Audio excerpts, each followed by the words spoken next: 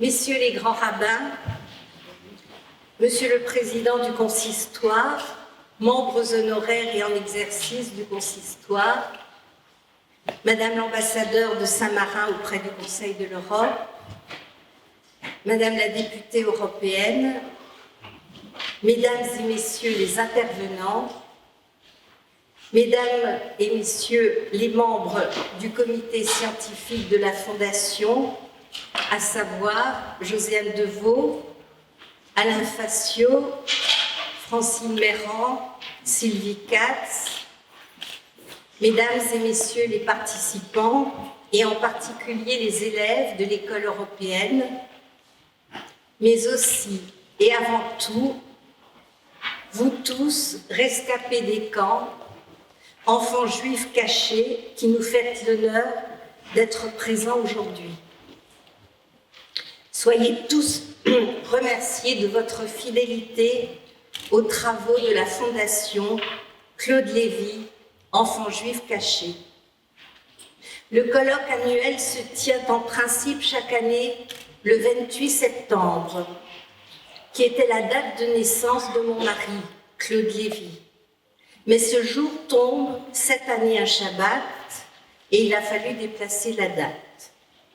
Sachez d'ores et déjà que pour la même raison, veille de Yom Kippour, le colloque ne se tiendra pas le 28 septembre de l'année prochaine, mais le jeudi 1er octobre.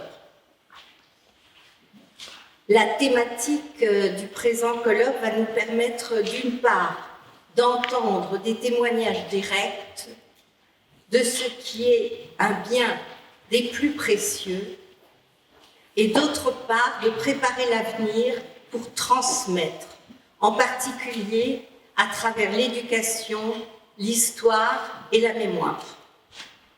Le programme que vous avez devant vous sera très légèrement modifié dans l'ordre des intervenants, mais tous prendront la parole. Nous entendrons donc en tout premier le grand rabbin Alain Goldman. Je tiens à le remercier très sincèrement de nous faire l'honneur de venir témoigner. Alain Goldman est un enfant de Strasbourg. Il a fait ses études rabbiniques au séminaire israélite de France, rabbin de Bordeaux, puis de la synagogue de Belleville dans le 20e arrondissement de Paris, et enfin de la synagogue de la rue Chassouloba dans le 15e arrondissement, avant d'exercer les fonctions de grand rabbin de Paris de 1980 à 1994. Il représente le rabbinat français au Comité consultatif national d'éthique et à la Conférence européenne des rabbins. Alain Goldman est membre de la Commission nationale consultative des droits de l'homme. C'est un des sages de la communauté juive de France. Monsieur le grand rabbin, vous avez la parole.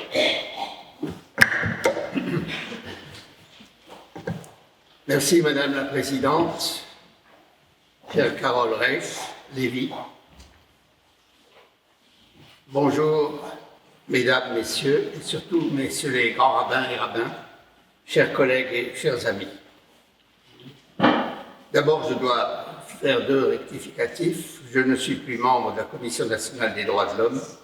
Les choses peuvent changer au bout de 14 ou 15 ans. Et puis, je n'ai jamais été membre de la Commission nationale d'éthique. Bon, je ne sais pas où ça a été péché, mais je n'en ai jamais fait partie. Mais j'avais assez de commissions et de sollicitations comme cela.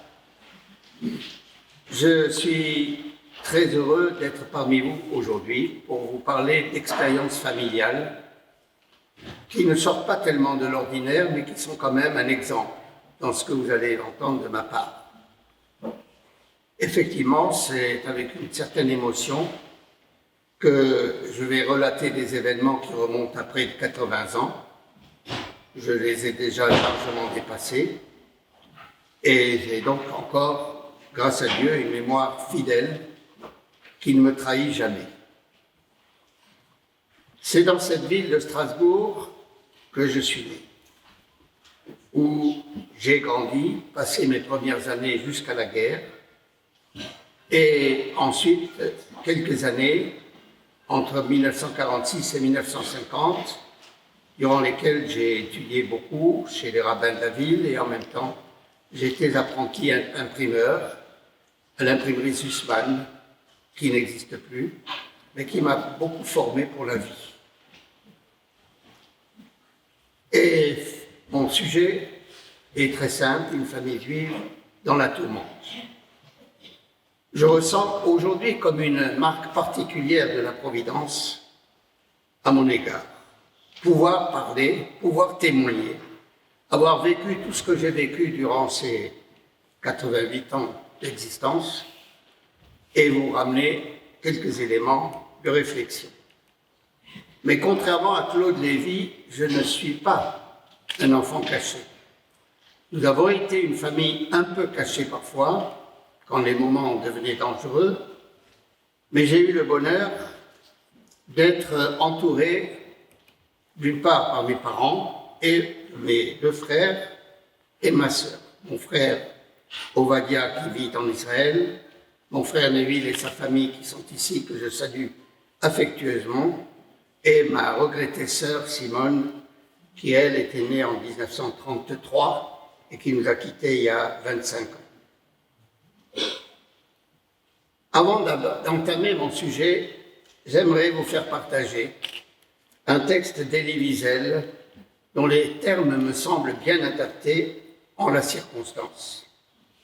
Il dit ceci: Dieu d'Abraham, d'Isaac et de Jacob, adulte, j'ai appris à respecter la volonté de nos morts, empêche que j'oublie ce que j'ai appris. Dieu de mes ancêtres fait que le lien qui m'attache à eux demeure solide et entier. Dieu d'Auschwitz comprend que je dois me souvenir d'Auschwitz. Toi qui prévois l'avenir des hommes, aide-moi à ne pas me détacher de mon passé. Je ne veux rien oublier, ni les morts, ni les vivants. Fin de citation. La coïncidence veut que samedi dernier, nous ayons lu dans les textes des rouleaux de la loi le chapitre 25 du Deutéronome, des versets 17 à 19, qui nous mettent en garde contre le danger que représente Amalek, l'ennemi héréditaire du peuple juif. Et par conséquent, en relisant ce texte annuellement, nous sommes invités à constamment faire un travail de mémoire selon ce que nous avait rappelé un jour Simone Veil. Comme chacun le sait, la France déclara la guerre à l'Allemagne le 1er septembre 1939. Le gouvernement français avait décidé d'évacuer toute la région de Strasbourg, étant donné la proximité avec la frontière allemande, vers les départements dits de l'intérieur. Le jour même, un vendredi soir, nous étions attablés pour le repas du Shabbat, quand des policiers frappèrent à toutes les portes, nous intimant de nous rendre immédiatement place Broglie pour prendre un tram à destination de la gare de Königshofen, dans la proche banlieue de Strasbourg. C'est là que nous avons passé la première nuit. Le même jour, dans l'après-midi, sans nous demander si nous étions d'accord, mais ça a été contre nos convictions religieuses, vous allez vous en rendre compte dans un moment, bien nous sommes repartis vers les Vosges, dans un village dénommé Solcy, où se trouvait un grand monastère, je me rappelle encore des sœurs à cornettes qui nous accueillaient. Nous sommes restés là 2 semaines dans cet endroit. Dans l'intervalle, notre père a pris un taxi pour Strasbourg afin de récupérer quelques affaires indispensables et notamment des vêtements chauds en prévision de l'hiver. Je me souviens parfaitement que le jour de Rosh Hashanah, le second jour, nous sommes repartis dans des wagons à bestiaux, assis sur de la paille. La Croix-Rouge nous avait distribué du lait et des biscuits. Ma mère allaitait mon plus jeune frère, Neville, ici présent. Il avait 3 mois. Ce train roulait à une allure très lente, et ce n'est qu'au bout de 2 jours et une nuit que nous sommes parvenus dans un village du nord de la Dordogne, Excideuil. Nous y avons passé le jour de Kippour. Là, nous sommes restés 2 semaines avant de rejoindre avec d'autres réfugiés le chef-lieu du département, Périgueux. Notre père, originaire de Pologne, était arrivé à Strasbourg en 1925. Il se fit naturaliser français en 1930. À ce titre, père de 4 enfants, il ne pouvait être mobilisé, mais il fut réquisitionné pour travailler comme ouvrier civil à la poudrerie de Bergerac. Résidant à Périgueux, il fut contraint en premier de s'installer à Bergerac toute la semaine, ne revenant que pour le week-end. Vous pouvez imaginer ma mère, ne parlant pas le français. Elle était elle aussi venue de Pologne. Elle parlait le yiddish, elle parlait l'alsacien un peu, l'allemand. Et elle était obligée de s'occuper de ses 4 jeunes enfants. Nous avions heureusement dans cet immeuble de Périgueux, un immeuble insalubre, dans la cour, courait les rats, vous pouvez l'imaginer, c'était juste en face de la cathédrale Saint-Front à Périgueux, bien sans aucun confort. Et nous avions la chance d'avoir une famille avec nous, elle-même venue de Strasbourg, la famille Zingman, avec laquelle nous allions nous retrouver plus tard, pour toute la durée de la guerre, dans la même maison à Bergerac. Nous étions réunis dans cette ville aussi, avec la famille Felder, la maman étant la sœur aînée de mon père.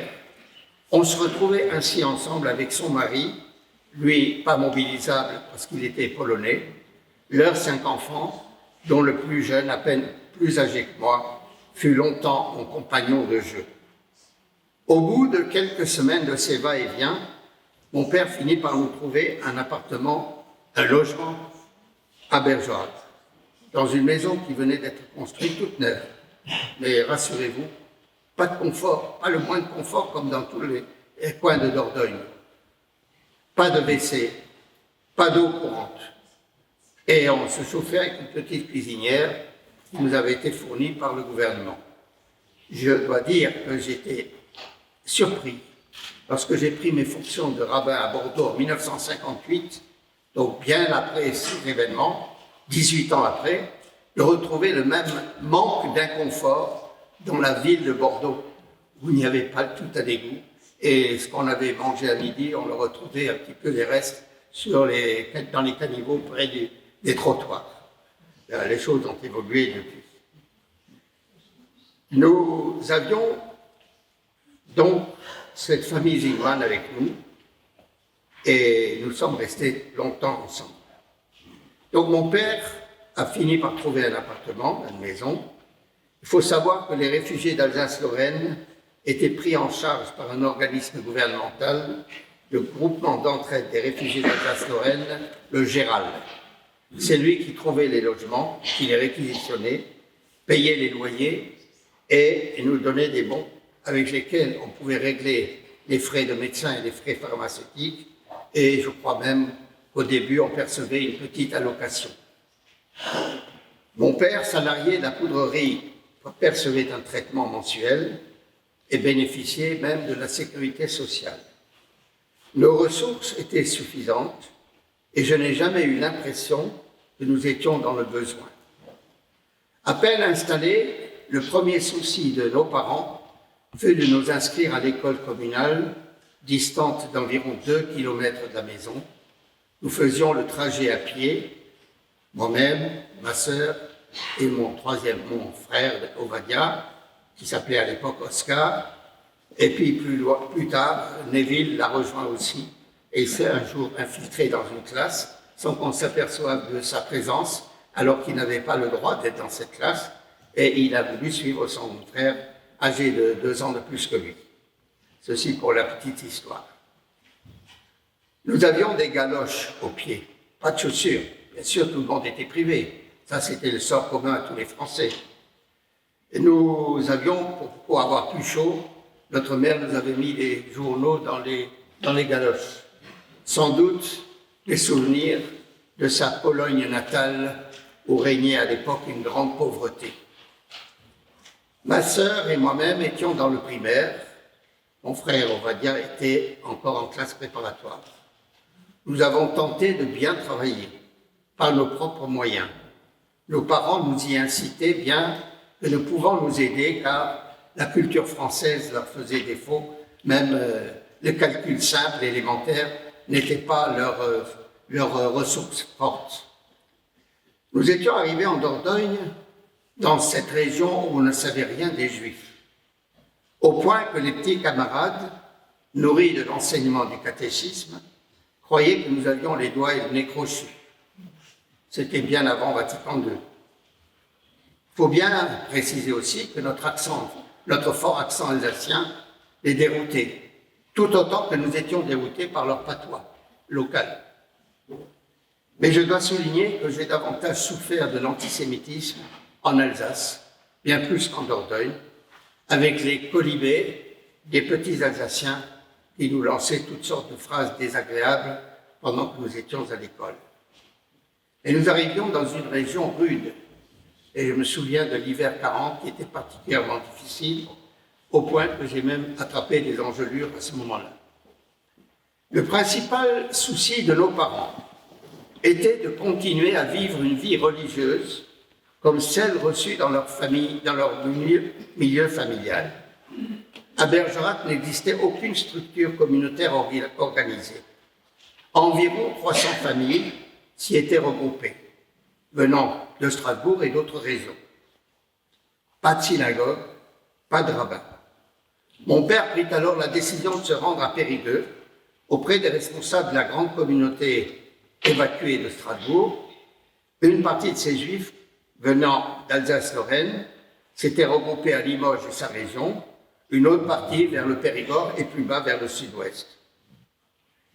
Et alors, mon père peut obtenir la désignation d'un responsable religieux pour notre communauté de Bergerac, communauté naissante. Il s'agissait de M. Moïse Steinhardt, originaire de Francfort, qui est arrivé avec sa famille en 1933, fut à ce moment-là nommé à Cernay dans le Haut-Rhin. À ce titre, comme tous les fonctionnaires du culte dépendant du concordataire, il a continué de percevoir un traitement pendant toute la durée de la guerre. Pétain, de fâcheuse mémoire, n'a pas aboli cela. Et d'ailleurs, entre parenthèses, il avait édicté une loi en 1942 permettant aux édifices religieux, quels qu'ils soient, d'avoir des subventions du conseil départemental, et cette loi n'a jamais été relevée depuis, n'a jamais été enlevée, même par De Gaulle après.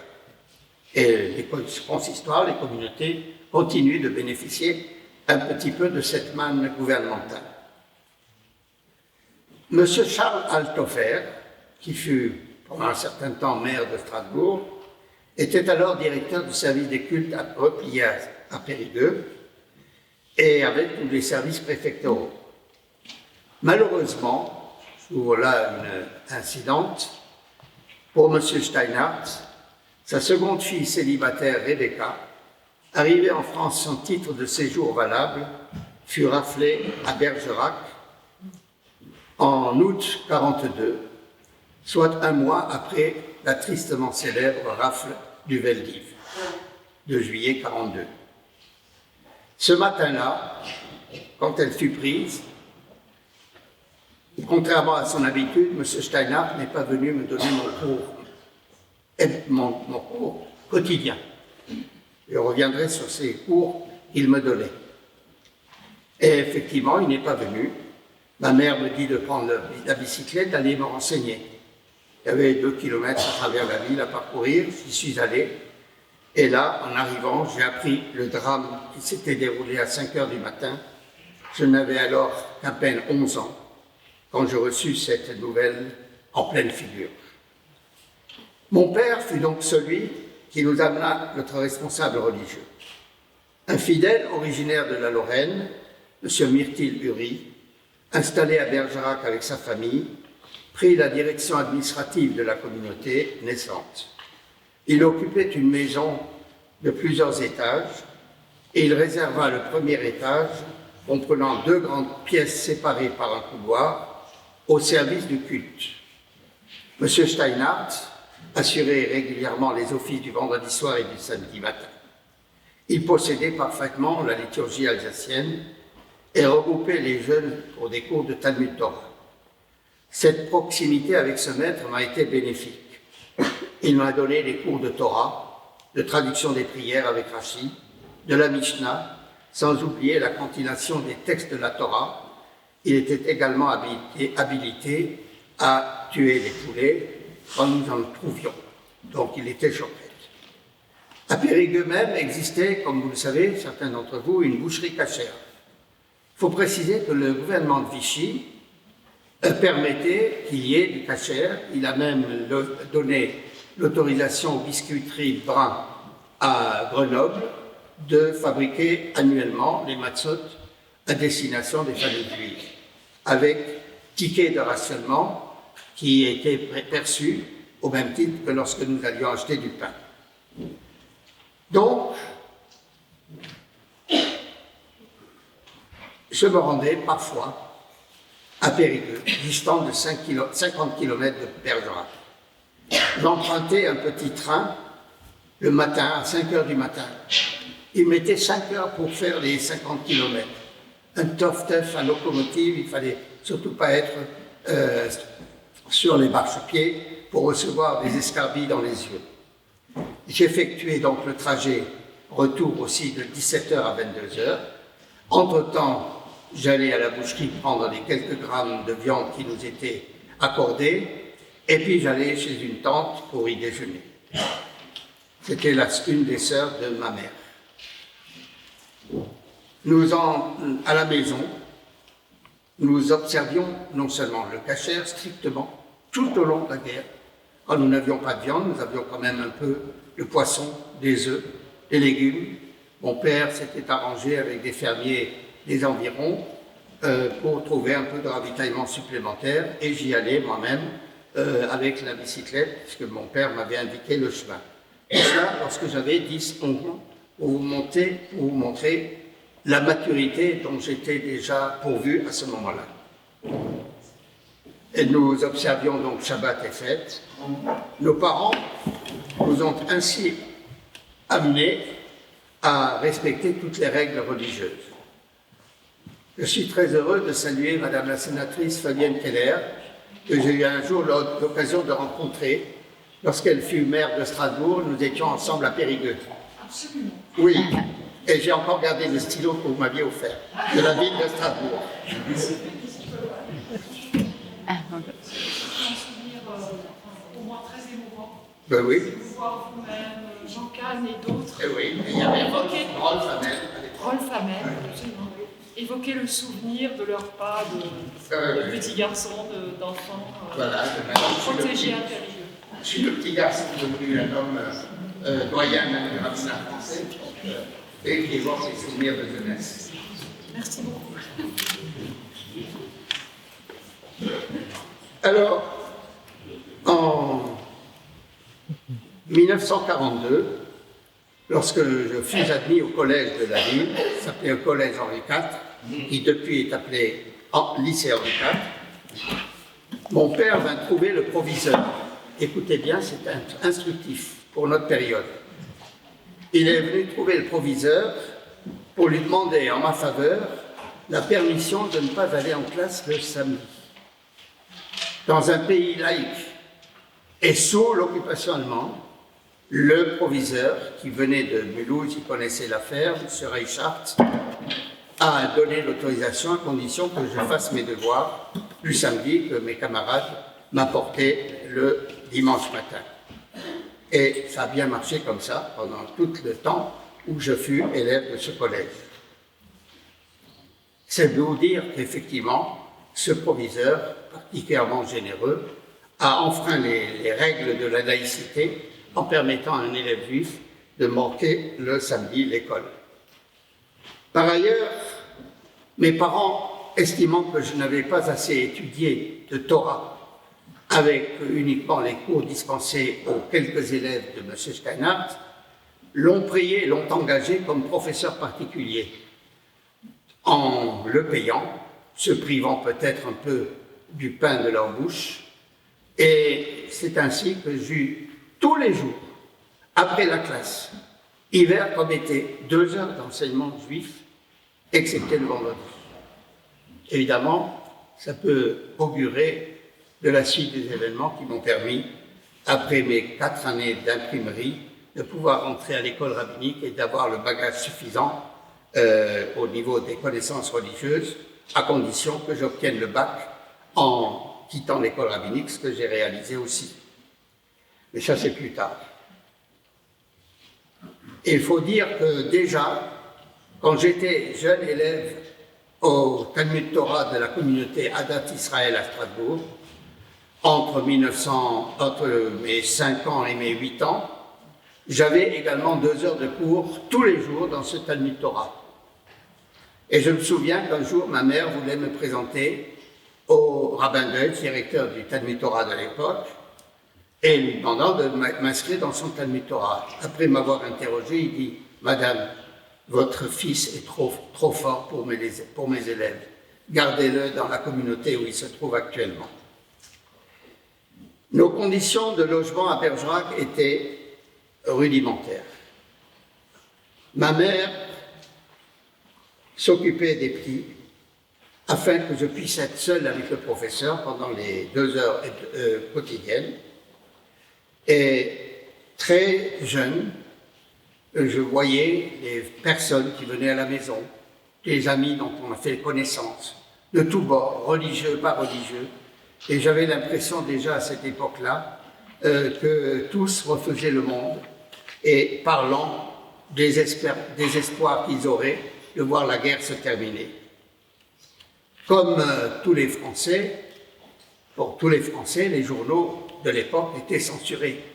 Il y avait le Sud-Ouest qui a donné largement des informations pro-allemandes. Mais nous recevions parfois la presse clandestine en yiddish, qui était ma langue maternelle. Et c'est grâce à ce journal que je me suis perfectionné dans la lecture et l'écriture du yiddish. Il s'agissait de journaux communistes qui nous donnaient quand même quelques nouvelles. Nous trouvons ainsi en 1942 l'armistice signé en juin 1940 entre le chancelier allemand et le chef de l'État français avait coupé la France en deux, la zone nord et la zone sud.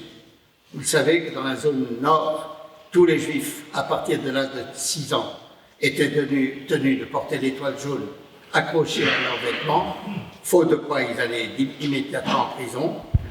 J'ai une tante de ma femme qui était infirmière, la sœur du grand Rachidi, qui a été surveillante-chef à l'hôpital Rothschild pendant toute la guerre. Elle a pu sauver des enfants, mais elle avait une tape et elle cachait son étoile jaune sous cette pèlerine quand elle allait à son travail. Et dans la zone sud, nous n'avions pas tout à fait les mêmes restrictions, puisque la France était coupée en deux, disons à partir de la région de Bordeaux jusqu'à Lons-le-Saunier, c'était la zone nord, et puis la zone sud, c'était notre zone. Jusqu'en 1942, nous n'avons pas vu de soldats allemands, mais au débarquement des troupes alliées, des Américains, en Afrique du Nord, la situation s'est aggravée et les Allemands ont débarqué, sont venus dans toutes les villes, ont occupé des casernes et faisaient même des contrôles dans la rue. Je vais vous en parler dans un instant. À Paris, vous le savez, il y a des restrictions pour les Juifs. Ils ne pouvaient même pas fréquenter les jardins publics. Ils pouvaient n'aller que dans le dernier wagon de métro et avec tous les risques qu'ils avaient. En zone sud, nous avions seulement le tampon juif marqué sur nos cartes d'alimentation, nos cartes d'identité. Je dois dire que mon père, très légaliste, s'était inscrit sur la liste municipale comme juif, puisque c'était demandé par le gouvernement de Vichy, qui pouvait ainsi avoir des listes faciles pour le jour où ils auraient besoin d'arrêter des juifs, étrangers ou pas étrangers. Mais un jour, mon père, ayant dû présenter sa carte de père de nombreuses familles, la carte SNCF sur laquelle il n'y avait pas la mention juive, a été sauvé grâce à cette carte lors d'un contrôle. Il me l'a raconté, il faut le laisser passer. Bon. pour vous dire que nous avons du matin au soir, et comme tout le monde, vécu et connu des miracles, des petits miracles et des grands miracles. Si nous avons été sauvés, ce n'est pas grâce à notre intelligence. Nous n'avions pas d'argent pour acheter des passeurs, nous faire passer ailleurs. Et à ce sujet-là, je dois dire que nous n'avons jamais été séparés de nos parents. Lorsque, à un moment donné, la situation devenait dangereuse, mes parents ont reçu la visite d'une assistante sociale de Lausée, venant leur demander s'ils voulaient bien nous confier à elle pour que nous puissions passer en Suisse. Et j'entends encore ma mère dire énergiquement, si nous devons être arrêtés, nous le serons tous ensemble. Elle prenait un gros risque, mais peut-être pensait-elle qu'elle ne voulait pas laisser d'orphelins sur terre, et elle pensait aussi au jour où, à l'âge de 18 ans, elle avait quitté sa Pologne natale sans plus jamais revoir ses parents et frères et sœurs restés là-bas et malheureusement péri à Auschwitz. Je peux encore parler d'un autre miracle. Mon père fut démobilisé de la poudrerie de Bergerac en octobre 1941 lorsque les lois de Vichy ont interdit à toute personne, avocat, professeur, etc., et simple ouvrier, d'avoir un emploi dans la défense nationale ou d'avoir un poste dans l'enseignement. Donc mon père fut congédié de la poudrerie, il s'adressa au service de la main-d'œuvre, qui lui trouva un travail auprès d'un certain monsieur Charles Cassin. Je ne sais pas s'il avait une relation, il était, disait-il, originaire de Calédonie. Peut-être qu'un Cassin était venu par là-bas un jour, peut-être dans la famille de René Cassin. Et ce Charles Cassin avait une usine avec un seul employé, un manœuvre. Il était ingénieur chimiste. Sa belle famille avait une grande usine, l'usine Bouchillou à Bergerac, de produits chimiques, de peinture, etc. Mais ce monsieur avait besoin d'un employé qui était simplement manœuvre. Mon père, lorsqu'il est arrivé de Pologne ou d'Allemagne vers Strasbourg, a commencé son existence ici officielle comme étant docker au port de Strasbourg, pour pouvoir avoir quelques subsides. C'était bien avant son mariage. Mais il était courageux quand on lui a dit « Prenez une pioche, vous allez mettre de la soude caustique dans ce bassin, vous allez y mettre de l'eau, ça va faire des cristaux au bout de 24 heures, et vous allez casser les cristaux, les mettre dans des sacs, et ces cristaux remplacer le savon à l'époque pour faire la lessive. » Bien, mon père a donc travaillé dur durant cette époque, mais grâce à quoi il avait quelques petites ressources, puisqu'il obtenait un salaire mensuel. Mais un jour, l'organisation TOT lui fit envoyer un ordre de réquisition pour aller sur le mur de l'Atlantique, pour y construire le célèbre mur de l'Atlantique qui est resté en place. Vous savez qu'en Dordogne, on a été libéré en août 1944, mais il y a eu la poche de résistance des Allemands du côté de Royan, et elle était sévèrement défendue par les Allemands parce qu'ils avaient construit le mur de l'Atlantique. Mon père devait donc y aller, mais son patron s'est rendu à ce service et leur a dit « Si vous me prenez mon ouvrier, je suis obligé de fermer l'usine. » Grâce à quoi, mon père a été dispensé de partir.